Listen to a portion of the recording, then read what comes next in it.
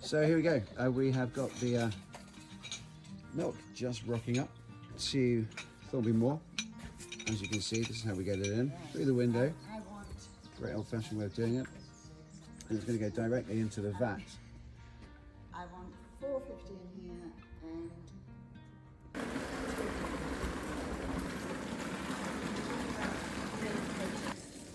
All right, still going on? No. Okay, I'm ready now. Yeah. 450. 450.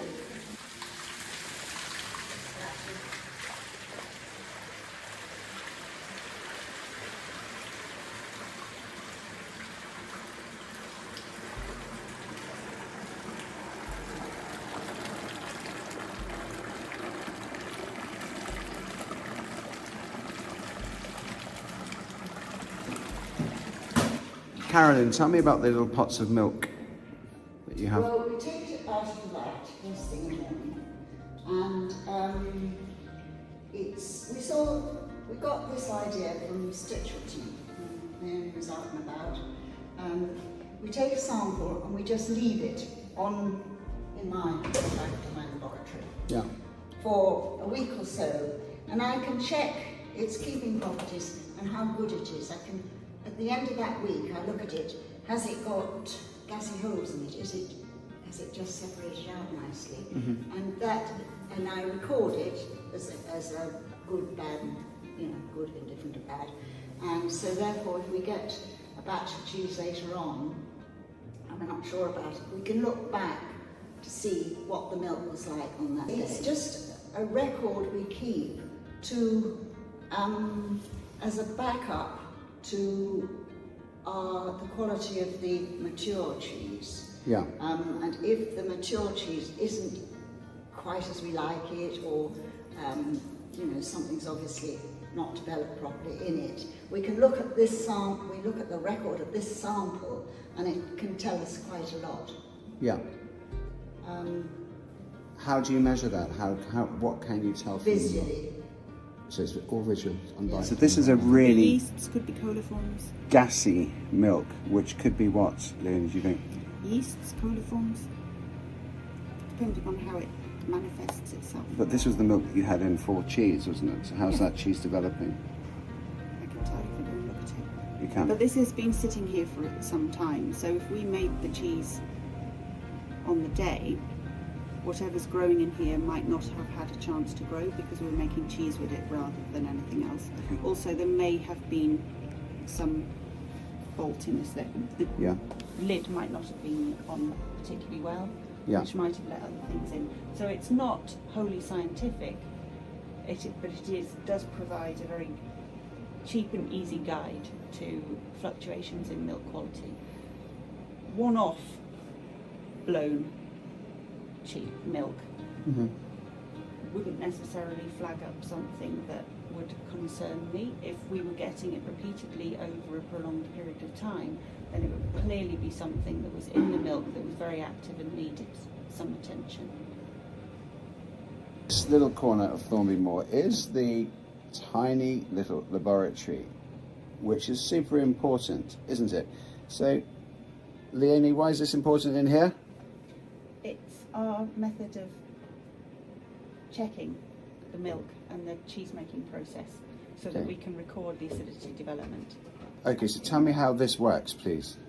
So this is a titration equipment.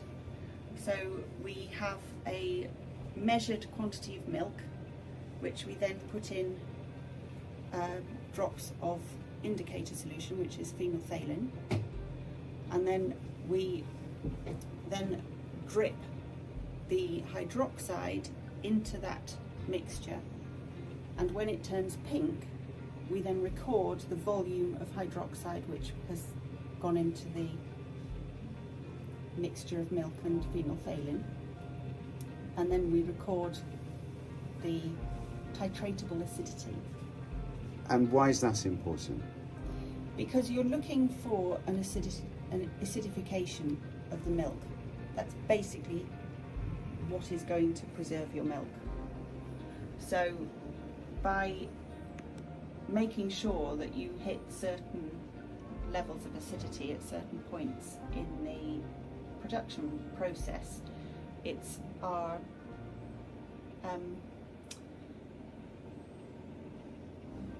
record that the cheese making process has gone to plan. Milk comes in, we put the date on top of the pot, and then we monitor how that milk changes over the next few days. And we've got a really beautiful one here. The colour, I love the colour of goat's milk. This is goat's milk, isn't it? Yes. Yeah. Goat's milk is always more lively than cow's milk. You'll always get more variation in the goat's milk. It's basically not a bad set. Yeah, let's just have a quick look at that. So you pulled it away from the camera there. And you know that's not a bad set because it's all kind of forming together, isn't it? Yeah, it's always a softer set than cow's milk. Yeah. And there's a slight separation, so there is acidification, but there is a little bit of bubbling in the top end. So Carolyn, how have you that's just the milk at the moment getting to temperature, is it right? Yes. Yeah. So you've got the jacket is now on. Yes. Yeah, so that's coming up to temperature. That little vat, the three children will have an argument over which one of them got it, and they'd probably grow their vegetables in it. I've said to probably use it as a pond. That's cool, right now. You mustn't damage the fat in the milk, and so the more gently you deal with milk, the better. I would prefer it actually all gravity fed, not any pumps at all. But one does have to embrace modern technology of cooking. So you what you're saying is you would prefer to be able to do it all by hand. Well, but gravity feed the milk. Yes. Gravity feed the milk, yeah. Yes. And yes. But for a big amount like this, and this fat is very, very gentle, as you can see, it barely leaves the surface. So that's fine in a lot of milk. But our softer cheeses are all done by hand. Okay. So we are gently passing the slotted ladle through the milk right now to help to bring on the temperature, to make the temperature even throughout the vat. And to keep the fat. This fat naturally separates out. So to keep the fat together with everything. In the vat we've got the milk being stirred by the motor here, as you can see. The reason why we're stirring this is to keep all the milk solids, the fats, etc., all together in harmony, and importantly to keep the temperature 100% throughout. And you'll notice that Carolyn has got her thermo here, and she is monitoring the temperature. Where are we at the moment, Carolyn? We're at 17. 17, and we're looking to get to 32 degrees. So we've got a bit of a while to go yet. So we may be able to have a cup of tea if I'm allowed. The mesh is just so that when they could go on quite soft, they don't mark too badly. Yeah. You don't have to worry about appearance because, unfortunately, handmade things have got to look partly as if they're made in a machine, because that's what people expect these days. They expect the smart finish. Penicillin rock forsyth going in its raw form as powdered. Where's this from? Probably France. Yeah, they produce it properly close to France. Okay, quick look at the pack. So that's all our dates that I put it in right. Because we only had to put a little bit. So this is for how many litres of milk? 200. 200 litres of milk. So that's going into that. And there goes the penicillium.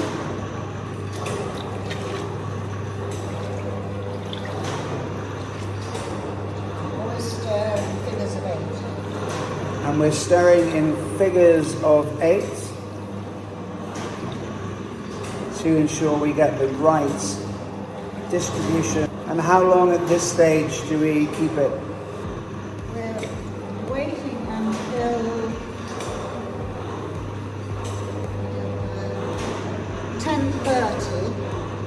before we put the rennet in.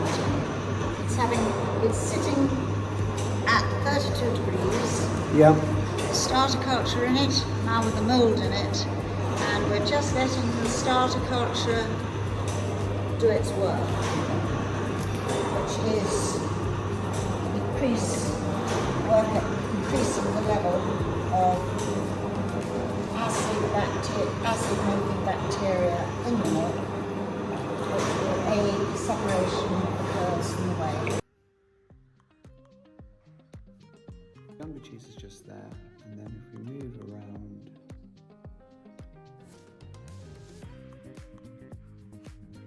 we can see how they progress. So from the beginning,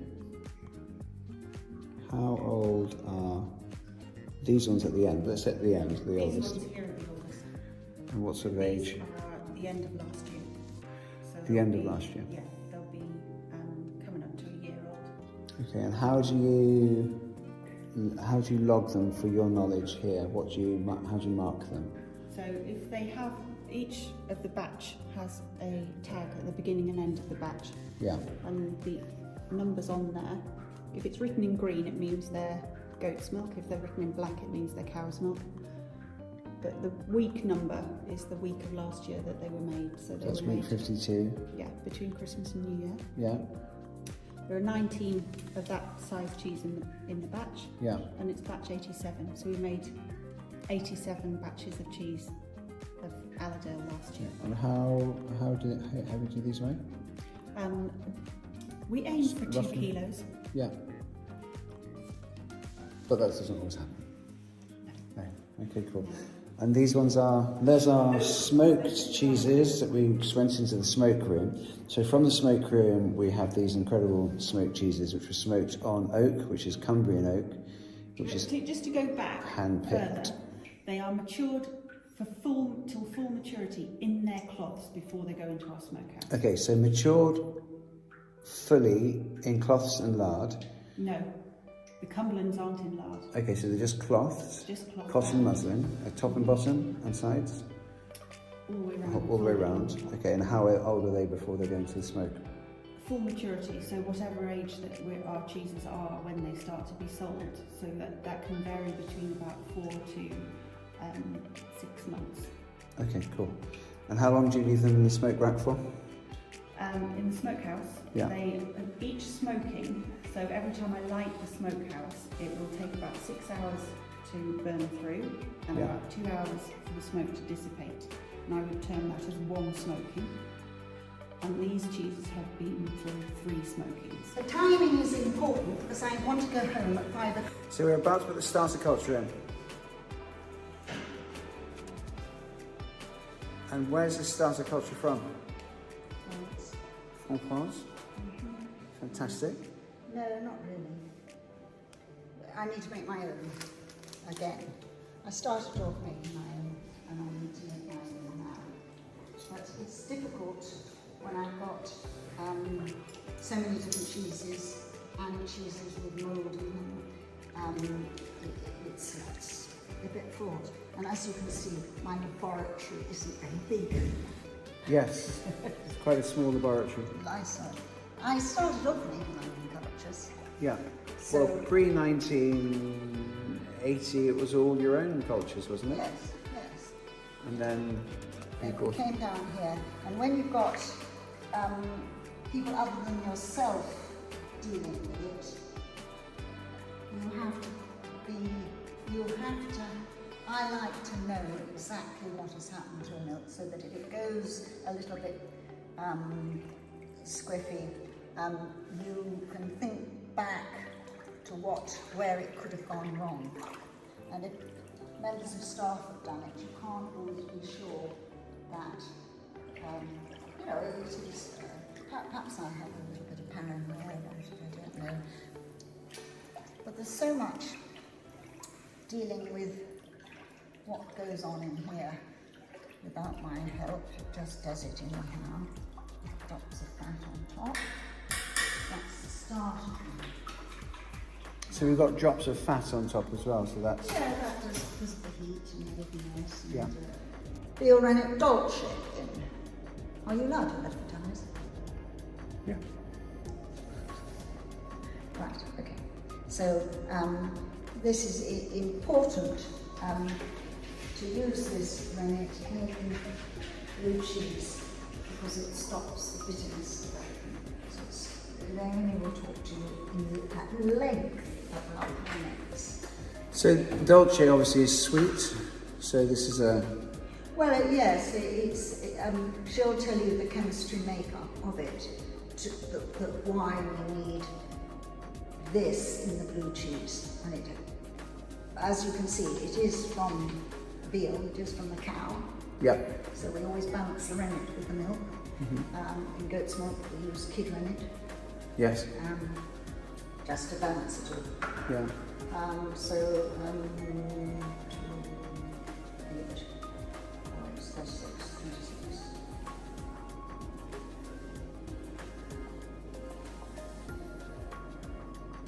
So can you tell me how many millimeters or mils, excuse me, of rennet you're using for that 200 litre vat of milk? That's all. It's not much. No, tiny. That's why we put it in with water. Yeah. The water has to be boiled so that all the bacteria in the water is killed. And we don't want any hypochlorite near rennet mixture. So that's everything there. And we use the least we need. We're relying on the milk. So here we are, we've got Carolyn who is salting her cheeses. So you basically go by touch, I'm guessing. Yes. Very much. So you've got That taste. 3 to 4 fingers of salt from damp hands, so some fingertips where you're kind of rubbing in the salt and taking off any stray molds I've gathered. How old is this cheese right now? It's made on Friday. Friday. So on Saturday, it came out of its mould. How many times you salt them? Well, that entirely depends on The taste. The taste and the absorption of it.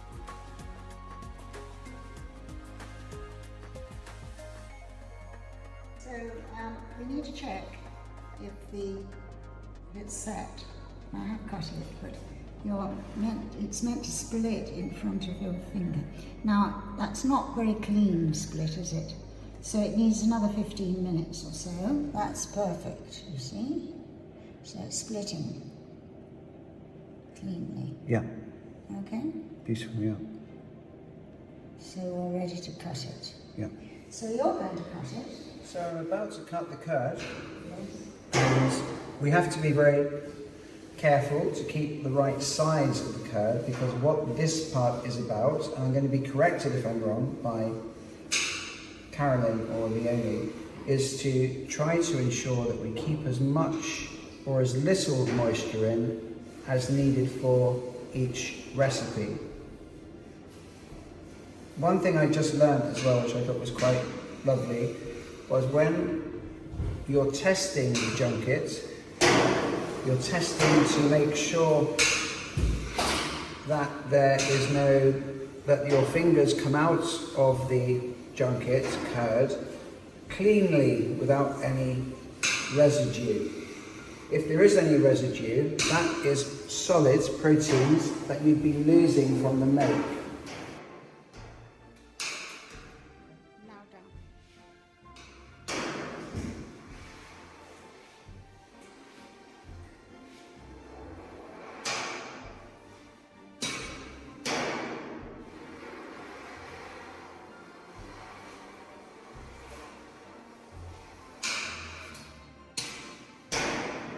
If you try to hurry it, you'll usually create more work later on.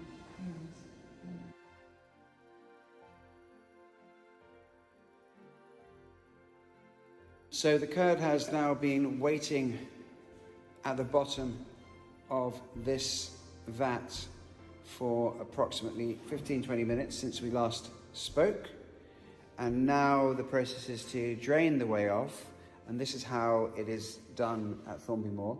And the whey will be going to some very lucky pigs once it's drained off. So here is the table that we're making the Cumberland cheese. And if you can see, well, you can see, as you can see, Carolyn is pulling curd to the side of the vat in order to allow the whey to drain. It looks a little bit like a river, doesn't it? It's called cheddaring. For those of you that don't know, this is on a smaller scale. This is how it's done. And we are cutting the curd into smaller stacks. Stacking it so that its own weight pushes out the whey. So the own weight pushes out the whey. So what we'll see in a moment is that Carolyn will cut some more.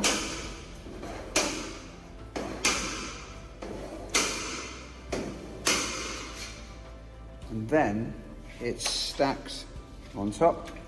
And what does that do? Well, the weight will help to push out the whey that's still trapped inside the curd. So as said, important, keep it warm to keep the acidity developing. And so we've got to get a lot more moisture out of this. And quite a lot of hard work ahead. So hopefully we might need a cup of tea before we begin. Curd, which has gone through so many processes. So, making cheese, really easy, not a problem at all, simple. We're going to mill the curd for the famous Cumberland cheese, which has been made by this lovely lady here for at least 40 years. Now, I've been doing this making cheese malarkey all day today. You know I'm a cheesemonger, but I do make cheese and visit these great people. I tell you what, I've broken a sweat at least once or twice, and it's quite a tough job. Breaking up all that curd by hand is super hard work. Stacking it is super hard work, and we haven't finished. We're looking at 4 o'clock in the afternoon. We started with the milk at 8 o'clock in the morning. We've made 2 different styles of cheese. We're making it blue today, and we're making this fantastic cheese, which I'm so excited about, because we're going to be pressing that, and you'll be seeing that later on as well. And normally one person, as I've been told by the lady behind the camera, would do this with one hand and continue to do that at the same time, but I haven't quite mastered that bit yet. So if you get closer, you can see how it's going in. Thanks, Leonie. And then you can see it coming out the bottom. This is what we call a peg mill, and it is incredibly suitable for the purpose at this very small dairy where we are producing great cheeses. Only 20 tons of cheese per annum at the moment, which is tiny. Those big producers, we're talking about, let's say Sabuto, just for fun, they're making roughly 110 tons of cheese a day from milk from all over the UK and continental Europe. This is a single herd dairy shorthorn that produces this beautifully rich curd, which is going to develop into this incredible Cumberland cheese, which you're all going to taste at No2 Country at some point soon. Thank you very much. So, obviously the curd does continually evolve, and the proteins kind of want to bond together. Can you tell us a little bit more about that, please, Leonie? Yeah, so it's the casein, which is the milk protein, specifically the kappa casein, which dairy shorthorn milk has tends to have a good kappa to beta protein ratio, which is why it's good cheesemaker's milk.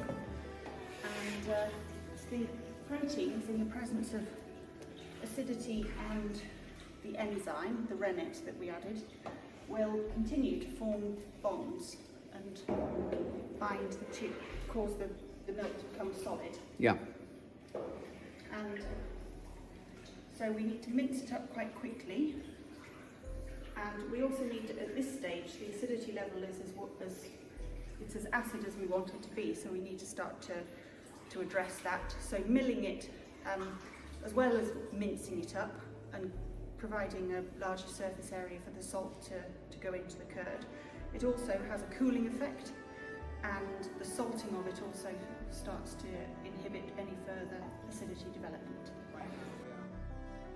Clothing the moulds for the £20 cheeses.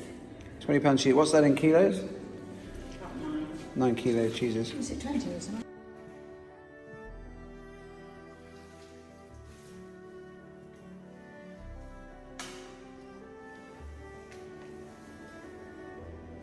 Sold one not that long ago and it was 14 years old, so Wow, that's great, isn't it? The majority of dairy cows pass on when they're 5 or 6, don't they? that's like, yeah, because they produce really hard. Like, they give that much milk that they don't have time to look after their bodies and stuff.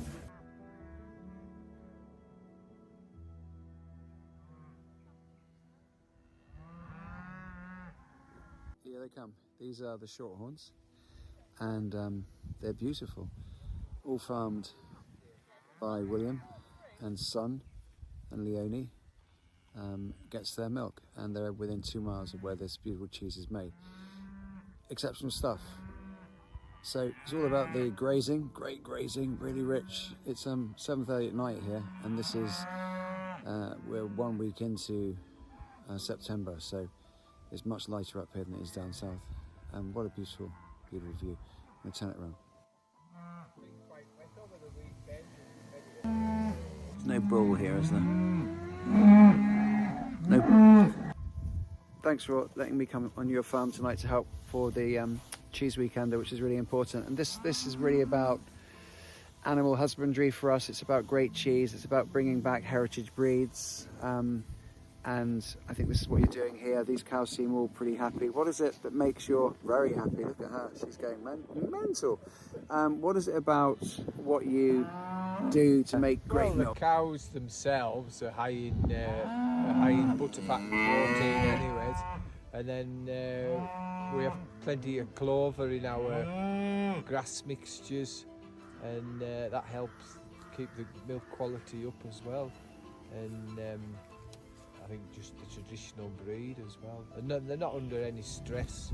They're not stressed in any way, given high volumes of milk, which helps everything as well. Oh, what is it? We need to become more reliant, don't we? We do, on what we yeah. have, and that we need to be able to champion British farming and look after all of you. And the government needs to wake what's its name up. It's no good waiting until a lot of the farmers have gone and then saying, hey, we're going to be a bit short of food in 10, 20, 30 years. It's no good waiting until they've gone, is it? No. And they're going, aren't they? Yeah, well, around here, all these farms were dairy farms 20, 30 years ago, and very few now. And what made them go? Just the costs. And nobody maybe getting staff, that's another big problem. Getting quality staff on dairy farms. You've got a message to give to those people that are buying artisan cheese over industrial cheese. Why would you want them to buy artisan cheese over industrial as a farmer? It's a tricky question, sorry. Just a natural product, isn't it? Yeah. Yeah.